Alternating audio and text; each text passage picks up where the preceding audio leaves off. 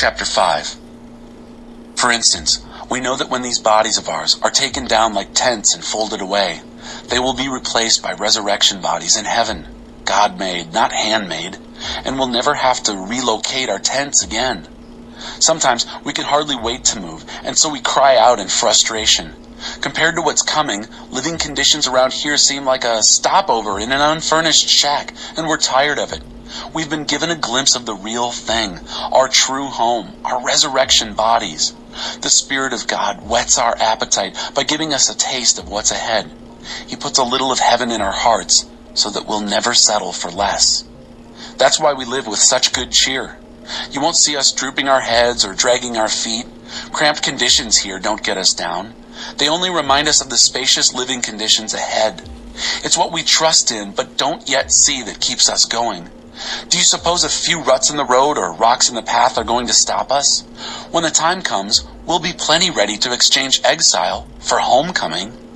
But neither exile nor homecoming is the main thing. Cheerfully pleasing God is the main thing, and that's what we aim to do, regardless of our conditions. Sooner or later, we'll all have to face God, regardless of our conditions. We will appear before Christ and take what's coming to us as a result of our actions, either good or bad. That keeps us vigilant, you can be sure. It's no light thing to know that we'll all one day stand in that place of judgment. That's why we work urgently with everyone we meet to get them ready to face God. God alone knows how well we do this, but I hope you realize how much and deeply we care. We're not saying this to make ourselves look good. We just thought it would make you feel good, proud even, that we're on your side and not just nice to your face, as so many people are. If I acted crazy, I did it for God. If I acted overly serious, I did it for you. Christ's love has moved me to such extremes. His love has the first and last word in everything we do. A new life. Our firm decision is to work from this focused center. One man died for everyone. That puts everyone in the same boat. He included everyone in his death, so that everyone could also be included in his life, a resurrection life, a far better life than people ever lived on their own. Because of this decision, we don't evaluate people by what they have or how they look. We looked at the Messiah that way once and got it all wrong, as you know. We certainly don't look at him that way anymore. Now we look inside, and what we see is that anyone united with the Messiah gets a fresh start, is created new. The old life is gone. A new life burgeons. Look at it. All this comes from the God who settled the relationship between us and him, and then called us to settle our relationships with each other. God put the world square with himself through the Messiah, giving the world a fresh start by offering forgiveness of sins. God has given us the task of telling everyone what he is doing. We're Christ's representatives. God uses us to persuade men and women to drop their differences and enter into God's work of making things right between them. We're speaking for Christ himself now. Become friends with God. He's already a friend with you. How, you say? In Christ. God put the wrong on him who never did anything wrong, so we could be put right with God. Staying at our post. Chapter 6.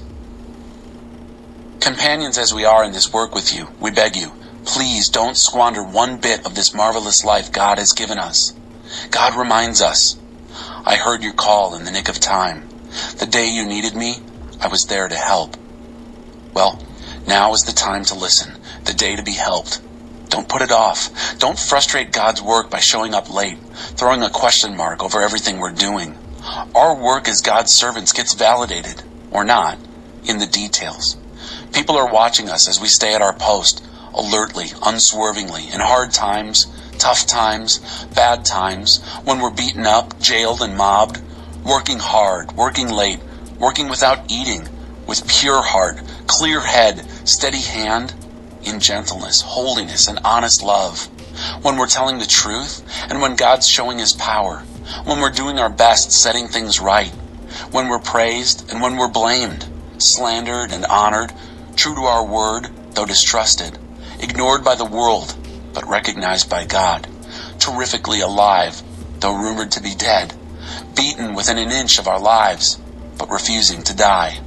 Immersed in tears, yet always filled with deep joy, living on handouts, yet enriching many, having nothing, having it all.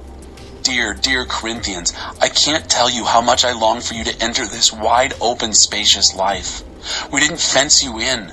The smallness you feel comes from within you. Your lives aren't small, but you're living them in a small way. I'm speaking as plainly as I can and with great affection.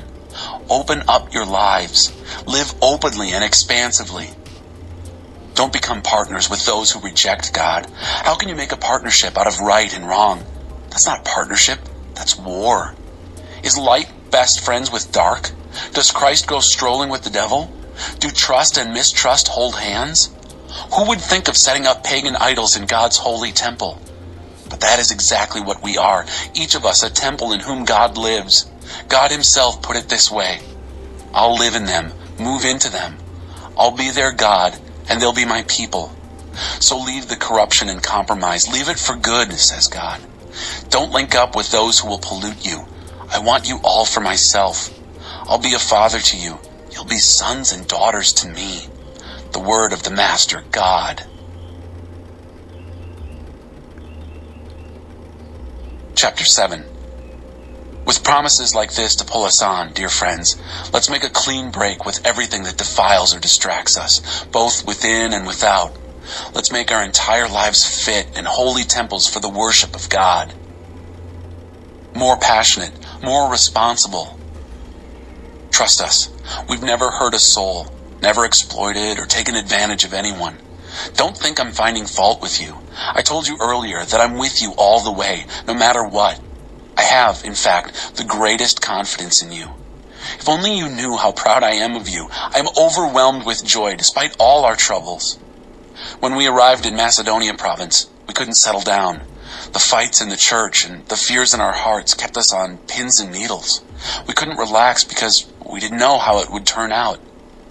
Then the God who lifts up the downcast lifted our heads and our hearts with the arrival of Titus. We were glad just to see him, but the true reassurance came in what he told us about you, how much you cared, how much you grieved, how concerned you were for me. I went from worry to tranquility in no time. I know I distressed you greatly with my letter. Although I felt awful at the time, I don't feel at all bad now that I see how it turned out.